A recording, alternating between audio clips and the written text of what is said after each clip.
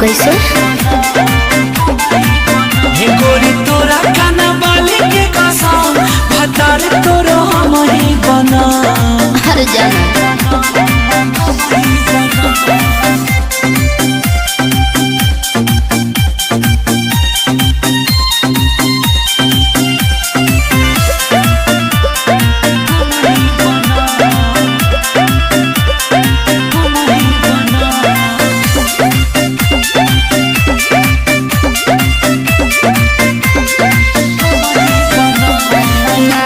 पटाखा नहीं फूल झड़ी तो ना जो से पली है तो पापा की परी। अरे जानता